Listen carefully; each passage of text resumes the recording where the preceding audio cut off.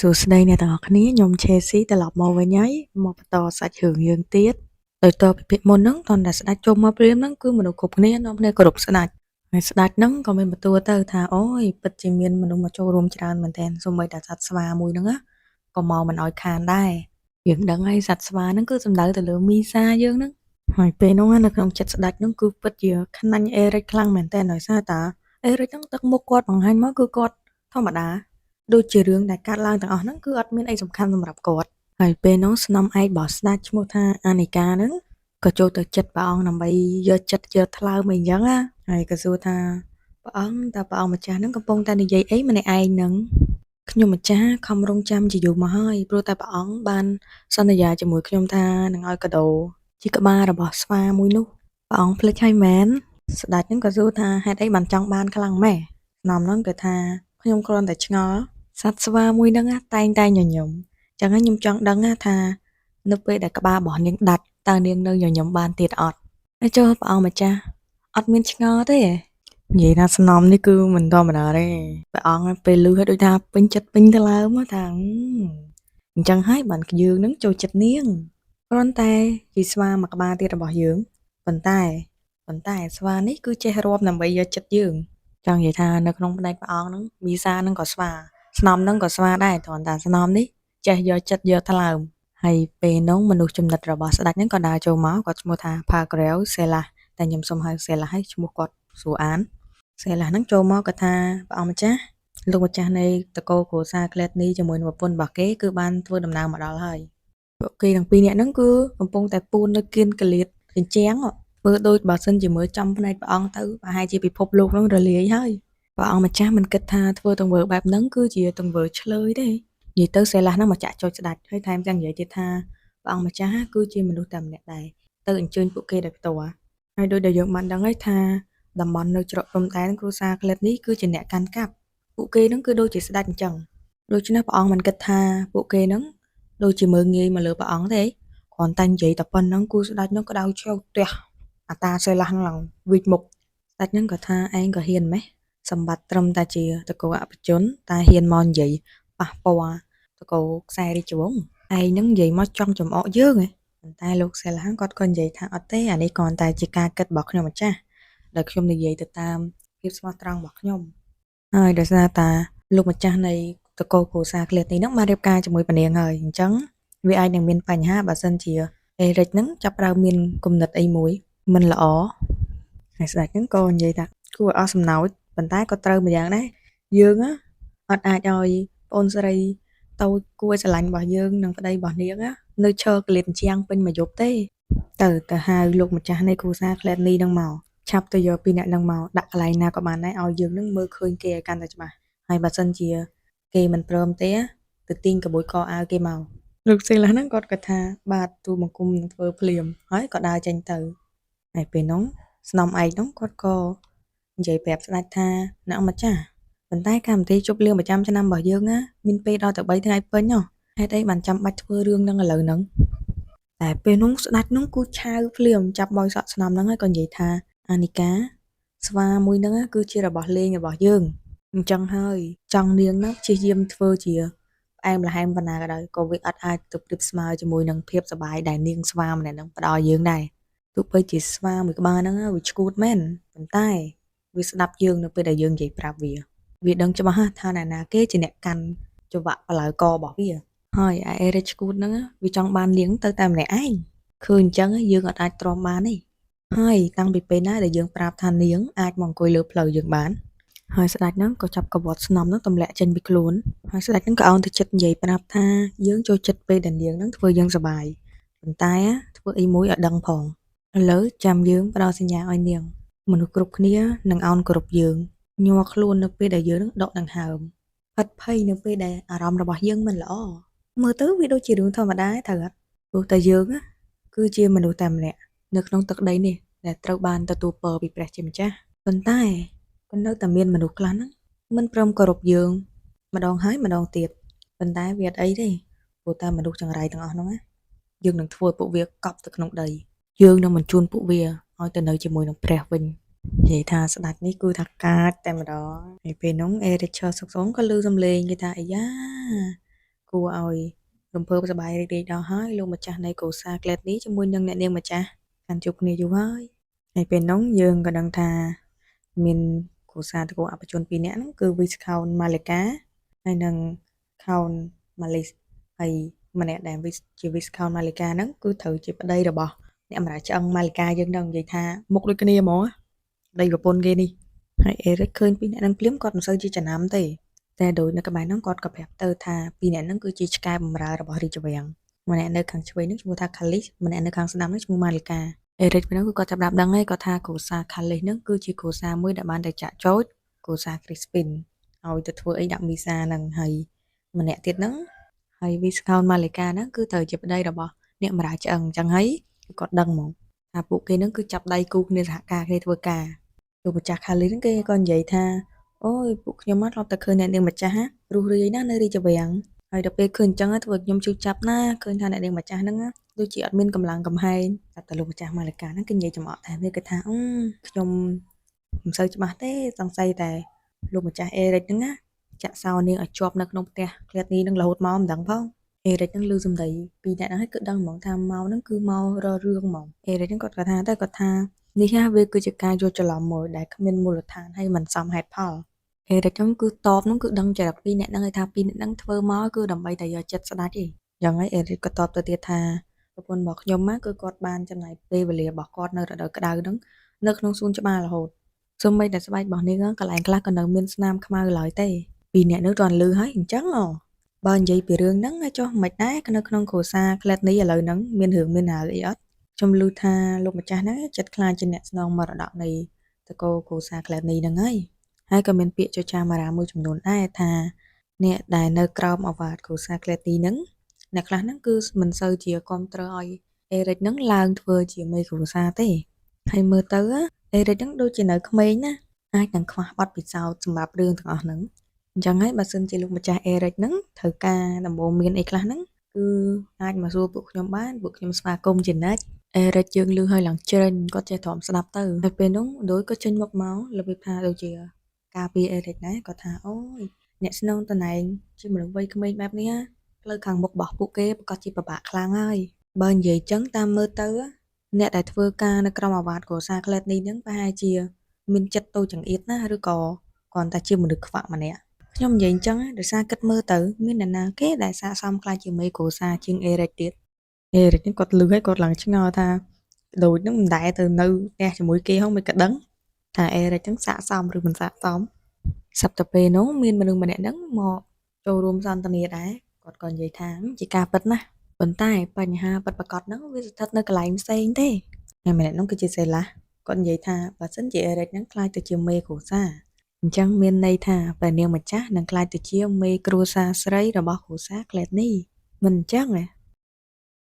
ហើយសេឡាហ្នឹងក៏និយាយទៀតថាវាជារឿងធម្មតាទេតែមនុស្សគ្រប់គ្នាហ្នឹងបង្ហាញថាពួកគេបារម្ភតើឲ្យព្រះនាងម្ចាស់ដែលទុនខ្សោយបែបនេះទៅទទួលរ៉ាប់រងភារកិច្ចជាប្រពន្ធមេគ្រួសារបានយ៉ាងម៉េចបញ្ហាហ្នឹងគឺមិនមែនមកពី Eric ទេប៉ុន្តែអាចនឹងមកពីប្រពន្ធរបស់ Eric ដែលមនុស្សគ្រប់គ្នាហ្នឹងប្រឆាំងមិនចង់ឲ្យឡើងធ្វើជាមេគ្រួសារពេលហ្នឹង Eric ក៏តបវិញថាបញ្ហាមួយហ្នឹងគឺជារឿងដែលគ្រួសារ Glad នេះត្រូវជាអ្នកដោះស្រាយ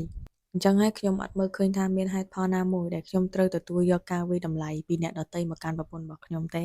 ហើយដូចដែលលោកម្ចាស់បានឃើញអញ្ចឹងថាប្រពន្ធរបស់ខ្ញុំឥឡូវហ្នឹងគឺនាងមានអារម្មណ៍មិនសូវជាល្អប្រហែលទេអញ្ចឹងហើយឲ្យខ្ញុំសូមអភ័យទោសផងហើយពេលនោះ Eric គាត់ក៏ព្យាយាមដើរចេញពេលនោះលោកសេឡាហ្នឹងក៏និយាយឌឺដងផ្លែផ្កាទៅកាន់ Eric ទៀតសេឡាហ្នឹងថាមើលទៅកូនប្រុសរបស់គ្រូសា Glad នេះពិតជាមានភាពស្មោះត្រង់ទៅកាន់គ្រូសាខ្លួនឯងឃើញហើយធ្វើខ្ញុំរំភើបមែនតើដែលលោកម្ចាស់ហ្នឹងអាចនឹងស្រឡាញ់ប្រពន្ធរបស់លោកម្ចាស់ដោយមិនគិតពីស្ថានភាពរបស់នាងឬក៏ដោយសារតែមានហេតុផលអីផ្សេងដែលនាងហ្នឹងអាចបំរើលោកម្ចាស់រឿងលើក្រែបានបើរឿងហ្នឹងអត់អីទេខ្ញុំអាចយល់បានពេលនោះEricឡើងកាំងហ្មងរបៀបថាកំពុងតែខឹងព្រោះគេកំពុងនិយាយមើងងាយមកកាន់ខ្លួនហ្មងហើយសេឡាហ្នឹងក៏បន្តទៀតថាអត់អីទេខ្ញុំអាចយល់បានព្រោះតាព្រះនាងម្ចាស់ក៏មើលទៅស្រស់ស្អាតដែរហើយតាមត្រង់ទៅណាខ្ញុំដំបងឡើយក៏មានអារម្មណ៍ថារៀង surprise ដែរពេលដែលខ្ញុំឃើញនាងដើរចូលមកកាន់ហមមិញ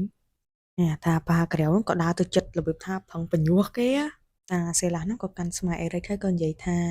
តែមុនណាពេលដែលនាងនៅក្មេងខ្ញុំអត់អាចចាប់អារម្មណ៍ទេប៉ុន្តែឥឡូវពេលដែលនាងធំឡើងអញ្ចឹងណាខ្ញុំក៏ចាប់ផ្ដើមចាប់អារម្មណ៍ថានាងដូចជាម្ដាយនាងខ្លាំ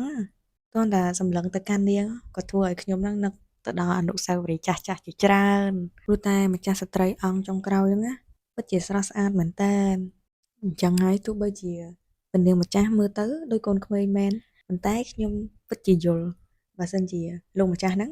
មានអារម្មណ៍ថាតាក់ទាញទៅកាន់អ្នកនាងម្ចាស់ព្រោះមើលទៅលោកម្ចាស់គឺស័ក្តិសមជាមួយនឹងរសជាតិអញ្ចឹងពេលនោះអេរ៉េចទ្រាំលែងបានហើយគេនិយាយមាក់ងាយគាត់ខ្លាំងណាគាត់ក៏ទៅច្បាច់ស្មាតាសេឡាស់ហ្នឹងយកហ្មងមុខឡើងដូចបិសាចចូលខ្លួនហ្មងហើយយើងហ្នឹងក៏បានឲ្យដឹងដែរថាសេឡាស់ហ្នឹងគឺជាមនុស្សតែម្នាក់ដែលបានលើកបឺមាហ្នឹងខ្លាចទៅជាស្ដេចគ្រងរាជ្យដោយដើមឡើយហ្នឹងអំបិលមាសហ្នឹងគឺជាមនុស្សម្នាក់ដែលប្រើហិង្សាមានចិត្តសាហាវឃោរឃៅតាំងពីអាយុនៅក្មេងម៉េះចឹងហើយធ្វើឲ្យស្ដេចហ្នឹងគឺគាត់មានគោលបំណងមួយថានឹងបកគលរាជបល្ល័ង្កហ្នឹងទៅឲ្យបុត្រអង្គផ្សេងមិនឲ្យទៅកាន់បឺមាទេពេលនោះសេឡាស់ហ្នឹងគឺជាមនុស្សតែម្នាក់ដែលដឹងថាស្ដេចហ្នឹងគឺអត់ចង់ប្រគល់មកុដហ្នឹងទៅឲ្យបឺមាទេអញ្ចឹងហើយពេលនោះសេឡាស់ហ្នឹងក៏ចាប់ដើមទៅពញ្ញោះម្ដាយរបស់បឺមាជាមួយនឹងក្រុមគ្រួសាររបស់នាងគឺតកូលគ្រួសារសាឡកេសដើម្បីឲ្យពួកទាំងអស់ហ្នឹងទៅធ្វើឃាតបុត្រាអង្គផ្សេងៗទៀតឲ្យអស់ធ្វើមិនឲ្យសល់តែបឺមាម្នាក់អញ្ចឹងហើយបឺមាហ្នឹងនឹងក្លាយជាអ្នកគ្រងរាជដោយស្វ័យប្រវត្តិពេលនោះវិសនឹងបានមកុដហើយក៏មានបុត្រីម្នាក់ទៀតហ្នឹងបានកើតត្រូវជាកូនរបស់ស្ដេចអង្គមុនហើយនឹងម្ចាស់ស្ត្រីទី3ហើយក្មេងស្រីម្នាក់ហ្នឹងផងដែរគឺត្រូវជាមីសារបស់យើងហ្នឹងហើយបន្ទាប់ពីមីសាបានកើតហ្នឹងមកមិនយូរប៉ុន្មានហ្នឹងស្ដេចហ្នឹងគាត់ក៏បានចូលទីមង្គតហើយគ្រាន់តែពេលដែលបឺមីលបានឡើងគ្រងរាជភ្លាមហ្នឹងណាសេឡាស់ហ្នឹងគឺមានគោលដៅបន្តរបស់គាត់ហើយគឺជាគ្រួសារសាឡកេសដែលត្រូវជាក្រុមគ្រួសាររបស់ស្ដេចហ្នឹងហើយពេលនោះសេឡាស់ហ្នឹងគាត់ក៏បានរៀបចំល្បិចឲ្យពួកគេហ្នឹងឆ្លុះគ្នាទៅវិញទៅមកដែលធ្វើឲ្យក្រុមគ្រួសារធំមួយហ្នឹងចាប់ផ្ដើមបែកបាក់អំណាចហើយពេលនោះហើយដែលសេឡាស់ចាប់ផ្ដើមចោទប្រកាន់ទៅលើគ្រួសារហ្នឹងហ្មងថាជាក្រុមគ្រួសារដែលព្យាយាមសម្លាប់នៅស្ដេចអង្គមុននិងបុត្រាអីផ្សេងៗហ្នឹងហើយសេឡាស់ហ្នឹងក៏បានទៅចាក់ចោទបឺមាដែរថាដើម្បីតែគ្រប់គ្រងនៅរាជបល្ល័ង្ករបស់ខ្លួនហ្នឹងណានិងបំបត្តិភស្តុតាងផ្សេងៗហ្នឹងណាគ្រួសាររបស់ស្ដេចហ្នឹងគឺត្រូវតែសម្លាប់ចោលឲ្យអស់ដោយហេតុហ្នឹងហើយបានជាគ្រួសារសាឡកេសហ្នឹងគឺត្រូវបានគេសម្លាប់ផ្ដាច់ពូជហ្នឹងព្រោះតែគ្រួសារអស់ហ្នឹងជាអ្នកជួយឲ្យបឺមាឡើងគ្រងរាជ្យហើយដោយសារតាសេឡាស់ហ្នឹងគឺគាត់ចង់គ្រប់គ្រងទៅលើបឺមាម្នាក់ឯងអញ្ចឹងហើយគាត់ធ្វើមិនក៏ដោយគឺត្រូវតែបំផ្លាញចោលឲ្យអស់អ្នកដែលជួយធ្លាប់ជួយពីដើមមកនៅតែគាត់ម្នាក់គត់ហើយចាប់តាំងពីពេលនោះមកសេឡាស់ហ្នឹងក៏ក្លាយទៅជាអ្នកតំណាងរបស់ស្ដេចព្រោះតែស្ដេចហ្នឹងបានគ្រងរាជ្យតាំងពីគាត់នៅក្មេងម៉េះហើយបើនិយាយមែនតើទៅសេឡាស់ហ្នឹងគឺជាមនុស្សតែម្នាក់ដែលមានអំណាចជាងគេបង្អស់នៅក្នុងរាជវាំងមួយហ្នឹងហើយយើងកាត់មកកន្លែងអេរិចមួម៉ៅនេះវិញអេរិចគាត់ក៏សួរថាពេលនោះអេរិចគាត់ក៏ថាតើលោកម្ចាស់ហ្នឹងគិតថាលោកម្ចាស់កំពុងតែគិតអីពេលនោះមីសាគាត់ភ័យមែនតើគាត់ចង់ឲ្យអេរិចហ្នឹងធ្វើអីទេព្រោះខ្លាចអេរិចហ្នឹងមានគ្រោះថ្នាក់ហើយពេលនោះសេឡានគាត់ចាប់ផ្ដើមយកសាំងមកដុតបន្ថែមថាលោកម្ចាស់ក្លែតនេះខ្ញុំពិតជាមានអារម្មណ៍ថាខកចិត្តមែនតើនឹងកាយវិការរបស់លោកម្ចាស់ខ្ញុំគ្រាន់តែចង់មានទំនាក់ទំនងល្អជាមួយនឹងគ្រួសារក្លែតនេះឯងអានេះដំបងឡើយទៅបញ្ចុះអេរិចឲ្យខឹងឲ្យអេរិចហ្នឹងបញ្ចេញមកក្រៅតែគាត់ខឹងអានេះលោកប្រៀបថាទៅដល់វាយក្បាលគេមួយឆ្នាំងហើយពេលគេរកដាក់ក្បាលមួយឆ្នាំងវិញថាគេហ្នឹងរកវាយវាតែពិតវាវាយគេមុនសោះហើយសេឡានគេនិយាយទៀតថាគ្រាន់តែចង់មានទំនាក់ទំនងល្អជាមួយនឹងគ្រួសារក្លែតនេះទេហើយពេលហ្នឹងមនុស្សគ្រប់គ្នាហ្នឹងក៏ចាប់ផ្ដើមសម្លឹងមកកាន់អេរិចពេលនោះអេរិចក៏និយាយថាបើសិនជាអីដែលអ្នកឯងចង់បានគឺជាទំនាក់ទំនងល្អជាមួយខ្ញុំអញ្ចឹងលោកម្ចាស់ហ្នឹងក៏គួរតែគុំធ្វើអាកប្បកិរិយាមិនសមរម្យទៅកាន់ប្រពន្ធខ្ញុំដូចគ្នាពេលនោះអាតាសេឡាស់ហ្នឹងវារៀងសប្បាយចិត្តដែរព្រោះបញ្ញុះអេរិចបានណាវាហ្នឹងក៏បន្តនិយាយទៀតថានិយាយតាមត្រង់ទៅការរៀបការមួយហ្នឹងពិតជា surprise ខ្ញុំខ្លាំងមែនតើខ្ញុំតែងតែឆ្ងល់ថាអ្នកណាគេទៅដែលព្រះអង្គម្ចាស់ហ្នឹងនឹងបកគលពនាងម្ចាស់ទៅឲ្យហើយអ្នកណាទៅដឹងទៅថាបរិះដែលមានសំណាងម្នាក់នោះគឺជាលោកម្ចាស់នៃគ្រួសារក្លែតនេះព្រោះអីព្រះអង្គម្ចាស់ថែមទាំងបានបដិសេធសំណុំពររៀបការចេញពីអ្នកដែលបានការពារទ្រង់ពីការធ្វើឃាតគឺលោកម្ចាស់ Tiber ពេលនោះអេរិចពេលដឹងរឿងហ្នឹងហើយឡើងភ្ញាក់ផ្អើលដោយសារតែរឿងហ្នឹងអេឌីគឺអត់បានប្រាប់អេរិចទេពេលនោះអេឌីគឺលាក់ព័ត៌មានហើយពេលហ្នឹងអេរិចទៅមិនដឹងហើយនេះពេលនោះតាសេឡាស់ហ្នឹងវាចាប់បានវាក៏សួរអេរិចថាហេតុអីកុំប្រាប់ខ្ញុំថាលោកម្ចាស់ទើបតែដឹងអាតាសេឡាស់ហ្នឹងក៏ព្យាយាមឆ្កឹះអេរិចថែមដោយនិយាយថាស្នេហាមួយហ្នឹងវាប្រហែលជាស្នេហាតែម្ខាងទេ ខ្ញុំសង្ស័យទៅលើអារម្មណ៍មួយណាគ្រាន់តែជាអារម្មណ៍ធម្មតាមួយបើនិយាយទៅតាមស្ថានភាពរបស់ពនាងទៅហើយបើទោះជាមានអីរវាងអ្នកទាំងពីរក៏ដោយក៏លោក Tiber ហ្នឹងមិនអាចមកប្រៀបផ្ទឹមជាមួយនឹងវីរៈបុរសដែលបានយកជ័យជំនះមកឲ្យនគរដែរទោះជាលោកម្ចាស់ Gladney ហ្នឹងហើយបើគិតទៅខ្ញុំគិតថាលោកម្ចាស់ហ្នឹងគឺបានសម្លាប់មនុស្សជាច្រើននៅកំឡុងពេលធ្វើសង្គ្រាមមួយហ្នឹងហើយលោកម្ចាស់ក៏ប្រហែលជាដឹងខ្លះៗដែរតើតើទៅនឹងការធ្វើទរណកម្មហើយលោកម្ចាស់ប្រហែលជាដឹងហើយថាខ្ញុំពិតជាមានចំណាប់អារម្មណ៍មែនតើទៅលើរឿងទាំងអស់ហ្នឹងនៅលើទីវាលសង្គ្រាមគោលដៅសម្រាប់ដ៏ធំបំផុតគឺជាមនុស្សប្រុសប៉ុន្តែសម្រាប់ខ្ញុំមានចំណាប់អារម្មណ៍មែនតើបើសិនជាគោលដៅនៃការសម្លាប់មួយហ្នឹងគឺជាមនុស្សស្រីឬក៏កូនក្មេងនិយាយទៅចំណុចណាដែលអាចឆ្កឹះអេរិចបានគឺលើកមកនិយាយទាំងអស់ពេលហ្នឹងអេរិចទ្រាំលេងបានក៏ក្បួយកអាតាសេឡាស់ហ្នឹងកាន់តែខ្លាំងឡើងដោយនិយាយថាប៉ុណ្ណឹងគ្រប់គ្រាន់ហើយស្ដេចហ្នឹងគឺកំពុងតែតាមមើលហ្នឹងសំចិត្តមែនតើពេលឃើញអេរិចបង្ហាញអាកប្បកិរិយាបែបហ្នឹងស្ដេចហ្នឹងក៏មានបន្ទូលថាអូយលោកម្ចាស់ Gladney មនុស្សប្រុសដែលមើលទៅដូចជាកើតចេញពីថ្មតែលោកម្ចាស់ហ្នឹងបែរជាអាចបង្ហាញទឹកមុខបែបហ្នឹងបានតែយ៉ាងណាក៏ដោយវាប្រកាសជារឿងគួរឲ្យសោកស្ដាយមួយបើយើងយករឿងទាំងអស់ហ្នឹងមកធ្វើឲ្យរំខានការសប្បាយរីករាយរបស់យើងមិនអញ្ចឹងនិយាយទៅគឺសំបីតាខឹងក៏ឲ្យគេខឹងដែរពេលនោះអាស្ដេចឆ្កួតហ្នឹងក៏ហៅមីសាមីសាលើតែស្ដេចហៅឈ្មោះហ្នឹងគឺមានប្រតិកម្មភ្លាមស្ដេចហ្នឹងនិយាយទាំងសប្បាយខ្ញុំចង់ឲ្យះមាត់ថាប្អូនស្រីបងមិនអត់មកនិយាយសួស្ដីមកកាន់បងអីបងនឹកប្អូនស្រីរបស់បងមែនតែនសង្ឃឹមថាប្អូននឹកបងដូចជាបងនឹកប្អូនបងខាន់មើលមុខប្អូនយូរហើយឥឡូវមីសាមកចិត្តបងមក